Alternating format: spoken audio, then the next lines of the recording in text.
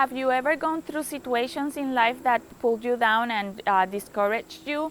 I'm going to talk about 3 questions that you can turn around in those moments so you can live a life of meaning and fire.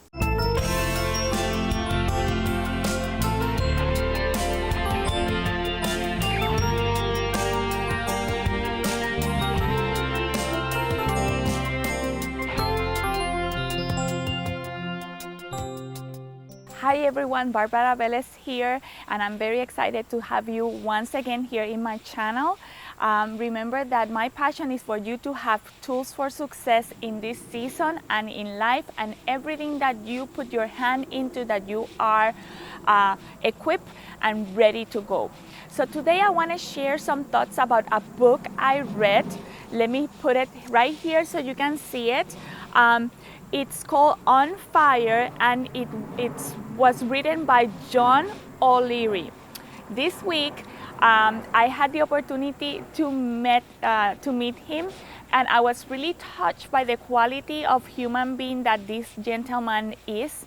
I was able to hear him speak, and I want to share some thoughts about that, because now in the season that we are entering into, kids are coming back to school, things are going to start moving into the fall season, everything starts moving really, really quickly and really, really fast. I don't know about you, but that's my world. So you need encouragement. You need a reason and a way to get out of bed in the morning and be focused on the things that matters. And he talked to a group of people at work about 3 definite questions to maintain your focus when you are having hard days. Because the reality is that we will have hard days. We will have tough times, and the question is not if we have them, the question is when we have them. We all go through this. We go through seasons in life that are yay, great, but we also go through seasons in life that are like, oh my God, I don't really want to wake up. I don't want to face the day. So when you're faced with these 3 questions will allow you to change yourself from a victim mentality to a victor mentality, someone that can do something about it. When we face struggles, the first thing that we ask ourselves is, why me? And everyone asks themselves that question.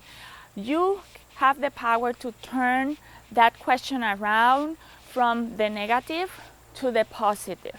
And instead of going down the road into a pity party and say, oh, why me, poor me, and start creating reasons for you to be in this situation, you can ask that question as, why me? Is there a reason I am going through this situation right now? What can I learn about it? How can I turn this around? Why me? Why I am going through this? But not from the perspective of poor me, but for the perspective, what can I learn? What can I do in a way that I can turn this around for me to be victorious, and for also my story be able to touch people around me. So that's the very first question. When you come into that why me start creeping around your neck, just shush that why me and ask yourself, okay, it's me. I've been chosen for a reason. I can do this. I can really turn this around. How can I do it so I can be successful and others can benefit from it? The second question that we, and it goes right into the why me, we start asking for reasons about why did this happen. And although this could be a healthy way to sort out things, we need to also be careful, because we can go again down the drain into a pity party. Okay, and we can turn around this question in this very kind of same way we did turn around the turn around the first question. But once we have identified the reasons, because sometimes the reasons are things that we have done that we need to correct. There are things that we need to identify so we can become better human beings, better decision makers, better fathers, better mothers, better husbands.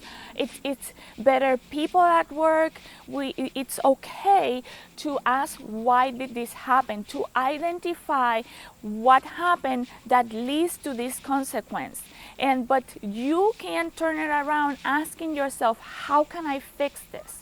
How can I go through this process and fix the problem? What can I do to fix it? Okay? And sometimes we go through these questions, and it's not questions about us.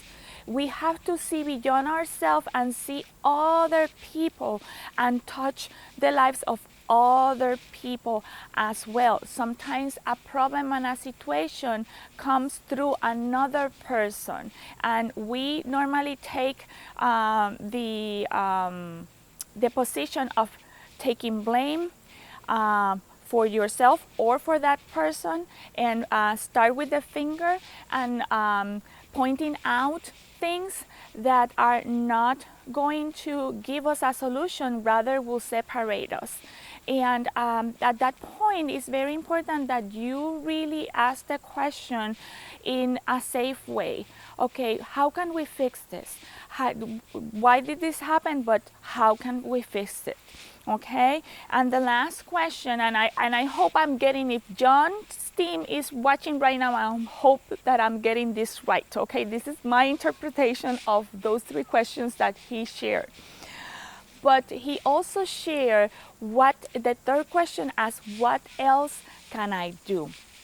And this is very important. If you read the book, remember the book name is On Fire by John O'Leary. I'm going to put the link down below so you can get it. In this book, he goes through a very traumatic experience as a boy. And someone asked this third question for him. Okay? And this third question, what else can I do, was the answer for John to be able to get out of a situation that he was going on. John was burned at 9 years old.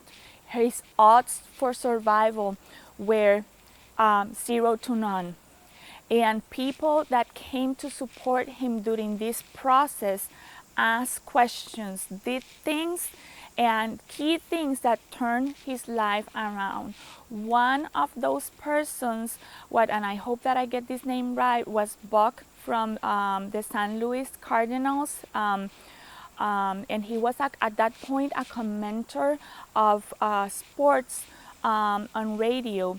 And he learned about John's situation and condition, that he was in the hospital fighting for his life. And he went there because someone have passed along the information and has said, please pray. Someone asked this question, what else can I do? I know about this child. I'm going to pray, but I am not going to leave it there. I'm going to ask for someone else to pray. And a chain of events started. So this man learned about John, and he went to the hospital and visited him.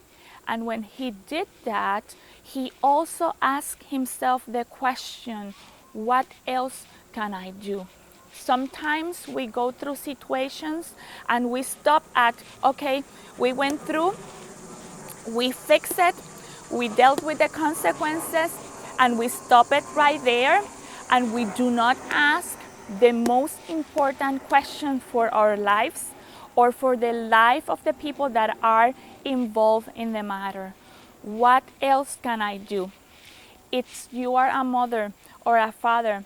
Sometimes you deal with the situation of a fight, or a toy broke down, your child melted in tears, and you just deal with that, but you don't stop to reflect, what else can you do? Why this caused the reaction? If you're a teacher in the classroom, sometimes you deal with a problem right there at that moment in time. You're struggling with your situations, but you fix the problem in that moment and you forget about it. And sometimes we just need that moment in time at the end of the day to reflect on our day and our situations and our problems or the things that happens, and ask ourselves, what else can I do? Why did this child reacted as he did in the classroom? Why did I react the way I did in the classroom? What else can I do to fix myself and get myself to the point that I care more about these children? If you are at work, it works the same thing. You know, what else can I do? Sometimes we are in a world of data, we are in a world of business, we're in a world of numbers, and sometimes we forget that those numbers are people. And sometimes we need to see from a different perspective and ask ourselves the question, what else can I do? How can I touch beyond what I'm doing? How can my life matters beyond the numbers, beyond my everyday life, beyond what I feel like is a repetition and a repetition and a repetition? And I think that your life, no matter how you feel about it, if you feel like you're doing a great impact, that's fantastic. If you're seeing yourself right now that your impact or your importance is not as big as it should, change that mindset. Change your perspective about yourself, because each and every one is important. There's no small roles. I learned that from John this week when I was talking to him. I encouraged you that there's no small parts. It's your part.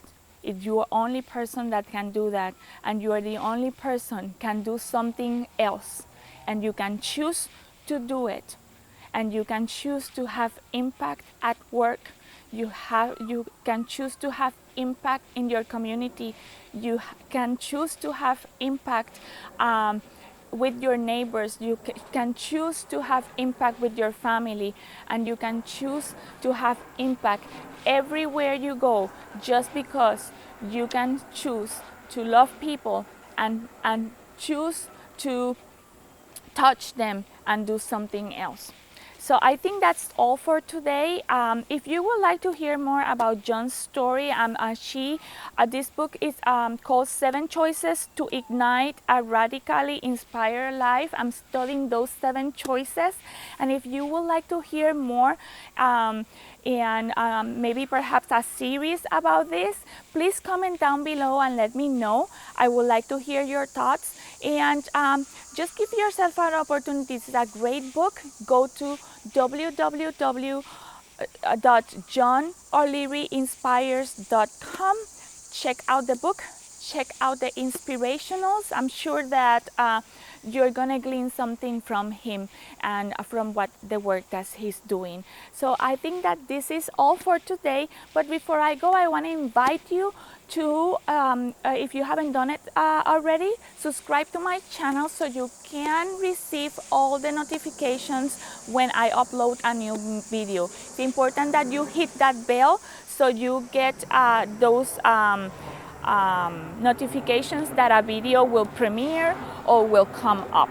Okay, so I hope that this blesses you today and that you keep growing and learning as you move in life. Remember those 3 questions and turn them around, because it's your choice to have an impact in life. God bless you and see you next time.